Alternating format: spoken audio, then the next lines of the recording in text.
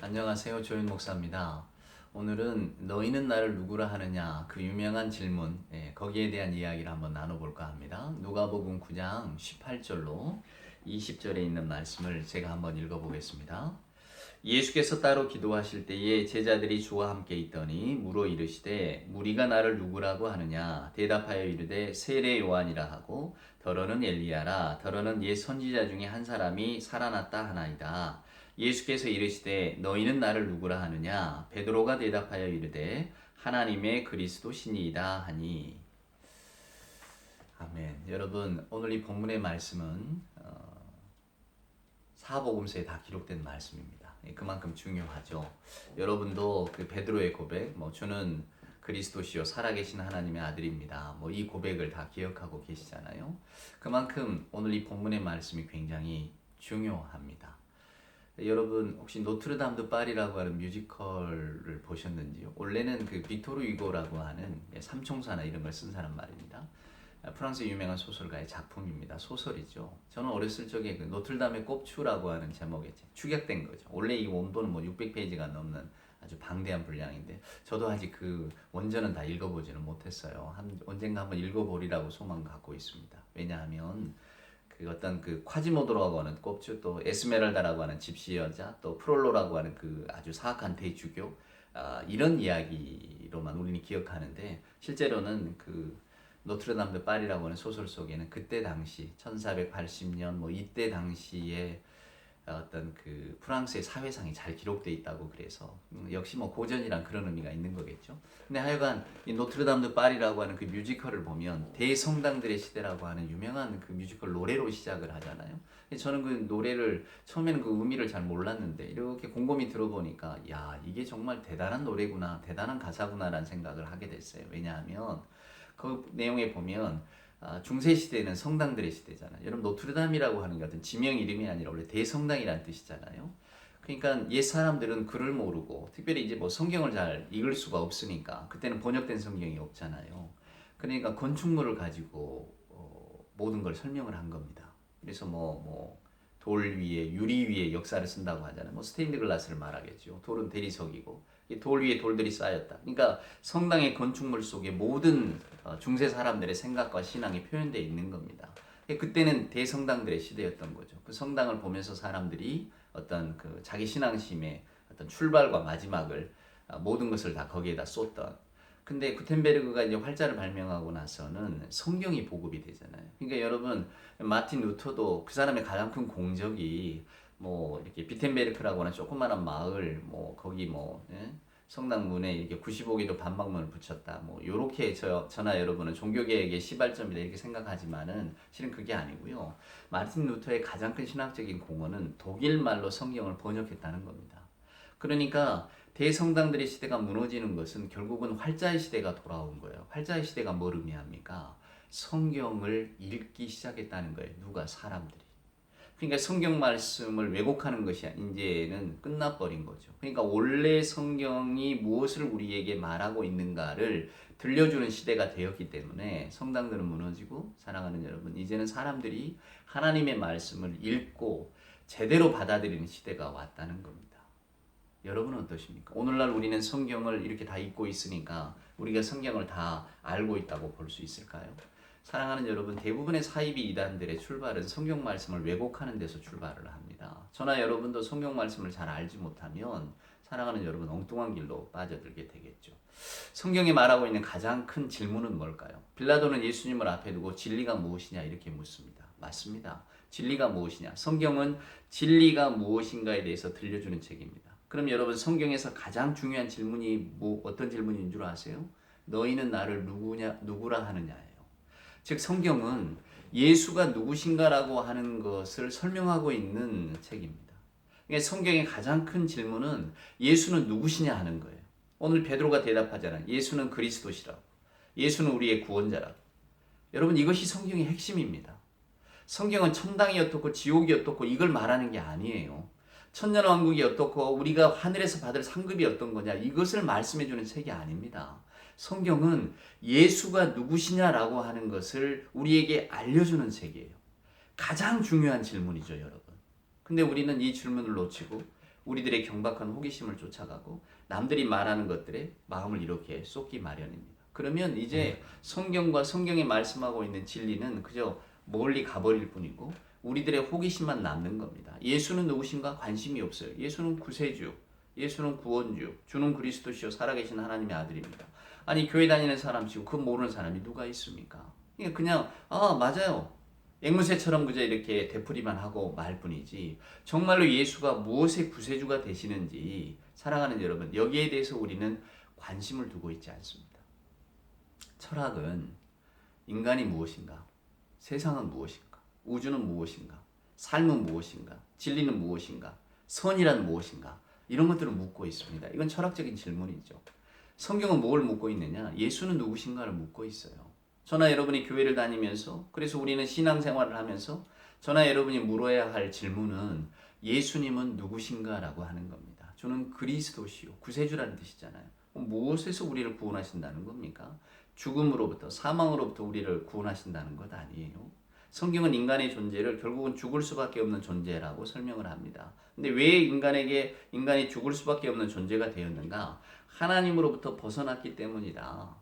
하나님의 통치에서 스스로 살려고 하는 것으로 벗어났기 때문이다. 즉 하나님의 생명에 잇대지 않고 내 스스로가 내 안에 있는 생명의 조건을 가지고 살려고 하는 데서 인간은 영원한 죽음을 맛볼 수밖에 없다라고 하는 것이 성경의 가르침 아닙니까? 에덴 동산의 이야기가 저나 여러분에게 들려주는 것은 결국은 하나님을 떠난 인간의 삶의 결국이 무엇인가를 보여주는 것이거든요. 그러니까 성경은 하나님과 인간에 관한 이야기들을 쭉 저나 여러분에게 들려주고 있지. 그래서 결국은 하나님께서 인간에게 어떤 것을 결국은 이렇게 추구하고 하나님이 인간에게 무엇을 원하시는가를 보여주는 책이 성경 아닙니까? 그래서 성경은 하나님이 저나 여러분을 찾아오시는 이야기예요. 우리가 찾는 이야기가 아닙니다. 저나 여러분이 신을 찾고 천국을 찾고 지옥을 찾고 이런 내용이 아니에요. 성경을 읽어보면 그것이 분명하게 드러나 있잖아요. 복음서 기자들도 바울 사도도 성경이 쭉 가르치는 것이 예수가 누구신가 하는 겁니다. 사랑하는 여러분. 그래서 우리는 교회를 다니면서 예수가 누구신가에 하는 질문에 천착할 수밖에 없는 거예요. 예수는 누구시냐? 예수는 그리스도입니다. 오늘 베드로는 한마디로 정해야 합니다. 그리스도입니다. 구세주입니다. 저나 여러분을 영원한 사망으로부터 구원해 줄 구세주가 되십니다. 그러면 우리는 근본적인 질문으로 돌아가야 됩니다. 죽음이 무엇이고 영원한 생명이 무엇입니까? 여러분 영원한 생명을 주신 구세주 예수님, 죽음을 이기신 구세주 우리는 이런 신앙 고백을 한다고 해서 저나 여러분이 결국은 예수 안에 영원한 생명, 영생이라고 하는 것이 이런 삶이 계속 반복되거나 저나 여러분이 바라고 원하는 삶, 건강하고 무탈하고 세상의 모든 것들을 누리고 이런 것들이 연장되어지는 것을 사랑하는 여러분 영원한 생명이라고 생각하십니까?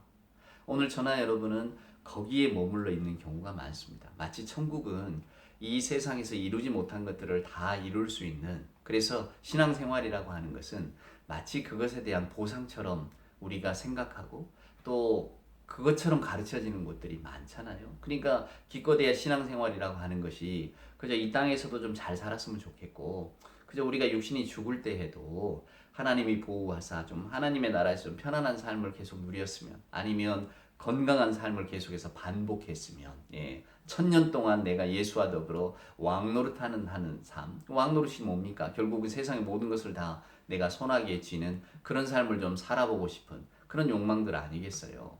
여러분 세상에 어떤 믿음과 종교가 저나 여러분의 욕망을 채우라고 있는 종교가 어디 있습니까? 우리의 욕망은 끝이 없고 한도 없는데 그 욕망을 제어할 수 있는 것이 무엇이냐? 결국은 신앙의 가르침들 아니겠어요? 근데 우리가 예수를 믿는다고 하면서 우리 욕심이나 기껏 채우려고 하고 저나 여러분이 바라고 원하는 삶의 모습이나 내가 이 땅에서는 여러 가지 인간의 조건 때문에 이루지 못한 것들을 하나님이 좀 나서서 이루어 주세요. 그리스도가 힘이 세시잖아요. 모든 마귀들을 다 제압하시는 분인데 저희 어떤 연약한 인간의 조건들도 하나님 안에서 좀 다 풀어주시고 일종의 번영신학 아닙니까? 다 좀 잘되게 해달라고. 잘되기를 바라는 마음이야 여러분. 저나 여러분이 다 근본적으로 가지고 있는 마음이지 않습니까? 근데 그 잘되기를 바라는 마음 가운데 예수께서 그 마음을 이루어 주시려고 십자가를 지셨겠습니까? 그래서 우리 예수 믿는 분들은 즉 그리스도 신앙을 가진 분들은 그리스도가 누구신가에 집착할 수밖에 없어요. 근데 그 그리스도가 누구시냐? 분명히 구세주라고 말씀하시잖아요.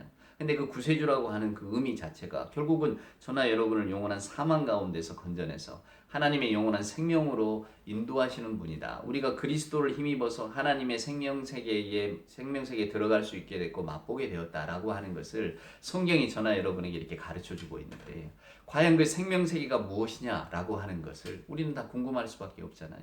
근데 성경은 그 생명세계가 무엇인지는 자세하게 말하고 있지 않아요. 단지 예수님의 가르침 가운데 천국이란 하나님의 통치 아래에 있는 삶이라고 하는 것은 마치 뭐 여러분들이 무슨 뭐 시집가고 장가가고 먹고 마시고 즐기고 이런 인생의 삶의 어떤 연장이 아니다고 하는 것을 우리 주님이 분명하게 말씀해 주셨잖아요. 그러니까 우리는 막연하지만은 하나님의 통치, 하나님의 세계가 어떤 것인가를 상상해 볼 수는 있는 겁니다. 분명하게 알지는 못하죠. 그러나 그 하나님의 세계를 그래서 우리는 손에 잡을 수도 없고, 왜냐하면 우리가 경험할 수 있는 세계는 아니니까요. 하지만 우리는 성경의 믿음을 믿기 때문에 사랑하는 여러분, 우리는 그 믿음 가지고 나아가는 것 아니겠어요?